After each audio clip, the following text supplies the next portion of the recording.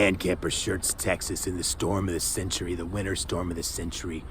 It's not often that man camper is afraid of something, but man camper has witnessed something again odd. After videotaping those snowmen made by alien beings, I get in my car, take a drive, and all of a sudden, yeah, that's a miniature snowman appeared on my car while I was driving. That's not possible to be done by man. The alien beings are watching me? Or is it the government watching me?